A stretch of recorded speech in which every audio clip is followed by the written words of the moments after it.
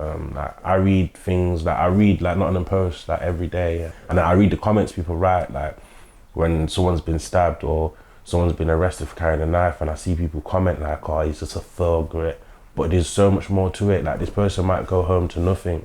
They don't have a supportive family to show them. They don't have a hot meal on their plate. There's so much more. Like, you don't know if you might be having dinner at home. Who knows? I know certain lads won't even get a meal when they get home. They're starving. They go to school and they rub packed lunches or whatever. And when you see people in your community, people who are either selling drugs or active doing certain crimes, and they're driving around in big cars, they've got nice clothes, and you then decide, no man, what? He's making £500 in 2 hours. Like, you want to make £500 in 2 hours. If I sell this, I can make 1,700 in a week. Why am I going to work in a legit job and earn 20? Nah, I won't do that. I'll earn the corner money. I just think people have to look at it with a bit more of an open mind and understand what the build-up is to that, because it's not, you don't just wake up and just carry a knife. There's reasons to why you do that. You know, when it comes to grooming, I was picked up very young, and I was told that I had to forget the lifestyle and the life I had before.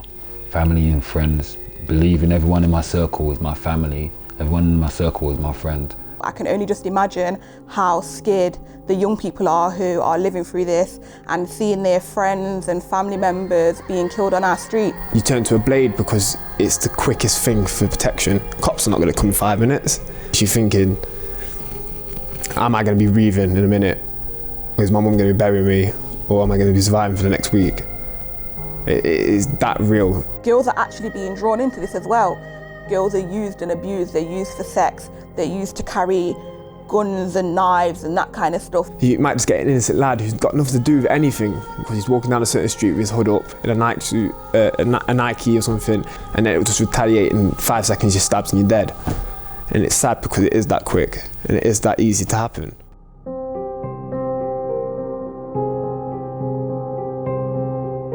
If you are stabbed in the wrong part of your body, and that's one of a dozen different places, you've got a very good chance of dying. If you get hit somewhere else, you've got a chance of having major surgery that may keep you in hospital for months. You may lose bowel, you may end up with a bag on the surface, you may end up with drains, and a whole different life to the one you were expecting. Well, if you carry a knife for inverted commas protection, you're probably more likely to become a victim in the first place, or you're likely to destroy not only someone else's life, but your own life. See, a lot of people think about the person, the main people involved. So the person that committed the crime and the person that was a victim of the crime.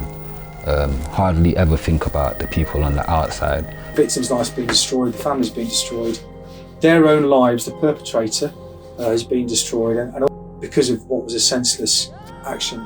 I lost someone who died in my arms, and to me that was enough, because that's a trauma within myself I still deal with day to day. You can't go around thinking you're untouchable. Yeah, your boys might put a t-shirt saying R.I.P. to your boy. What, you want to have your life and be ended up on a t-shirt at the end of the day? You just got to have your own mind. I think that's the main thing, just having your own mind and not being pressured by people that are older than you, or just because they might look good. At the end of the day, when you're 6 feet under, no one don't care about you after the first week. You got to get real, because at the end of the day, everybody gets caught. Everybody gets caught. No matter who you are, cops will find you, or your ops will find you. No matter how much you say you're repping the gang and you're repping a certain postcode, oh, these are my brothers, these are my boys, oh no, I'll ride and die for them. At the end of the day, when it comes out, with Blade comes out, half of them run, half of them snitch on you in prison. You don't think about your mate when you're in the prison cell and you're facing 21 years life for murder. It only ends one way. If you're doing this type of life, you might get a few years of lucky, you might go on holidays, you might let it fly, the girls might come running for you, but the girls ain't gonna stay with you when you've been stabbed in hospital and you're bleeding out in your lung, or your body's shutting down. The only person who's gonna be there is your mum.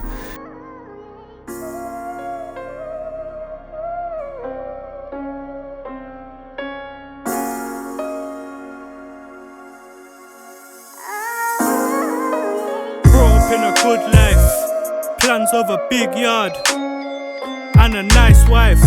Next thing I'm on road with my dogs and my big knife.